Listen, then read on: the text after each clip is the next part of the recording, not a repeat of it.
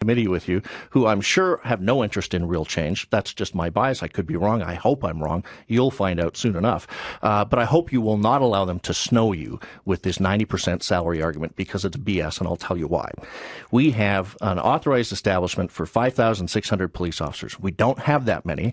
And the reason why we have that 5,600 police officers authorization is founded on smoke and on mirrors. We asked, when I was in the mayor's office, budget chief then Mike Delgrand, I think you probably pushed the same thing when you were the budget chief, said, how many cops do we need in Toronto, and how do you know that's true? Bill Blair refused to answer that question. He said he'd come back. He never did. The KPMG report says that the police couldn't answer that because they don't know, because they have never looked into that. I will tell you why they have 5,600, because this is the answer that I did get. It's because in order to win elections, successive Conservative and Liberal governments at the federal and the provincial levels, and you will have been there at some of these times, have said, you know what, we're going to throw money at policing. We'll pay for 80 cents on the dollar for 100 cops or 200 cops. So we went out and hired 100 cops or 200 cops. We're still getting that money from the federal government. This was the excuse Bill Blair offered why he couldn't cut cops. But the reality is there aren't that many. And I'll tell you something here that people don't know. I sat in the Premier's office with the Mayor and the Premier and the Chief of Police at the time, Bill Blair, after the Danzig Street shootings. And he said, I will pull all the police officers onto 2 shifts of 12 hours, and that will give me, in order to respond to this crisis at Danzig Street, 750 officers on the street all the time. Times 2 shifts is 1,500. Let's assume that there's 2 more shifts on a holiday, on a day off. That's 3,000 cops. Where are the other 2,600? That's the first question I think you should ask. Well, I guess we start off with your opening point, Mark. And what Case, former Deputy Mayor Case Otis told me a long time ago was, when it comes to voting money for the cops, councillors just can't help themselves.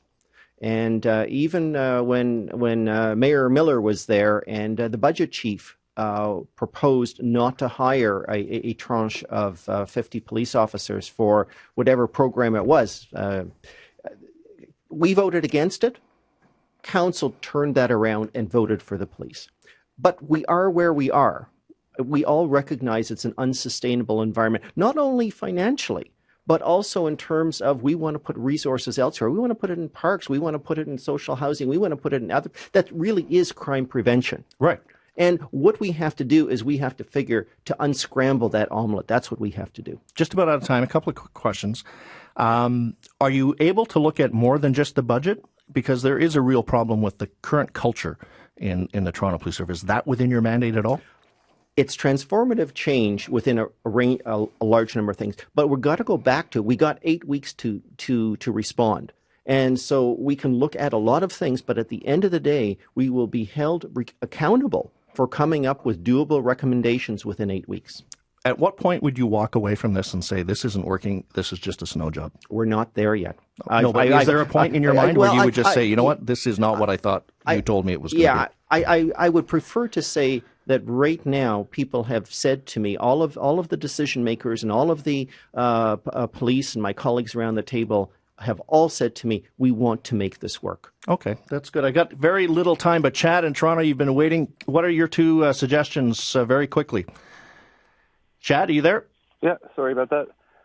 My suggestion would be to better utilize the TTC special constables and the Toronto Community Housing special constables to take some of the workload off Toronto Police. Perfect. Thanks very much. So that's more civilianization. I know that's one of the things that good you're looking idea. at. Thanks, Chad. Gary, have you got another idea very quickly? Yes, more proactive prevention and less reaction. If you prevent problems in the first place, then there's a lot less need for reacting to problems that happen later. You get police more involved in communities and patrolling trouble areas, especially at night, and preventing problems, and then that prevents having to deal with problems later on. Thanks very much, Gary. I appreciate that. You know, both of your listeners have just said policing is more than police. And that's, I think, one of the critical things that we're all coming to realization. But thank you very much for taking the time to join me. You being on that committee gives me some hope that there will be at the very least, a canary in the coal mine, that if it's not going anywhere, we'll probably hear about it at some point. Call me back in 8 weeks or 12 weeks, and with any luck, we'll have some results for you. I hope so, because this police service needs action. Take care. Thanks very much, David Soknacki. He is a member of the new Transformation Task Force at the Toronto Police Service. We're coming up